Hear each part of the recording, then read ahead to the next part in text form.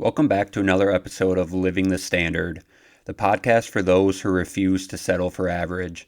I'm your host, Brandon Hogan. Each episode, we talk about raising your standard in the gym, in business, and in life.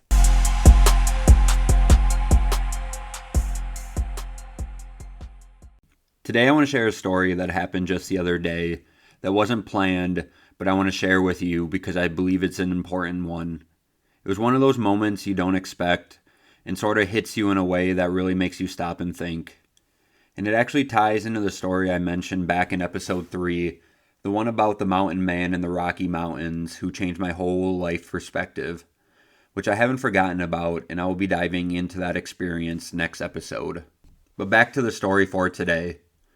So I was at a gas station this past Friday on my way home from our Dubuque facility. Nothing special, just another normal day. And I walked up to the counter to check out. The guy came out of the office and walks up to the register.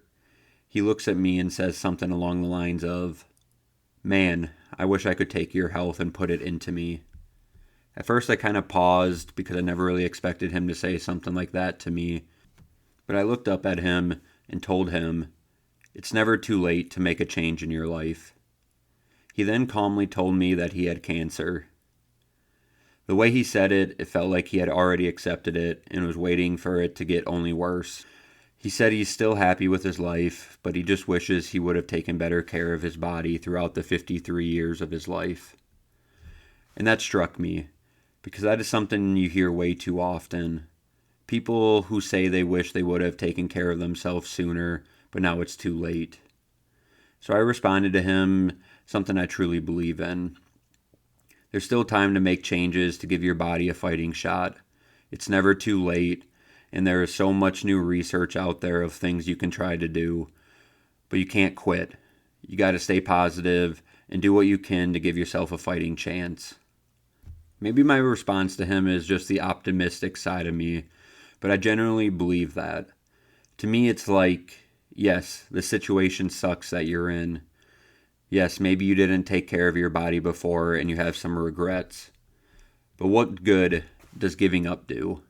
What good does it do continuing to make poor choices? Why not fight back?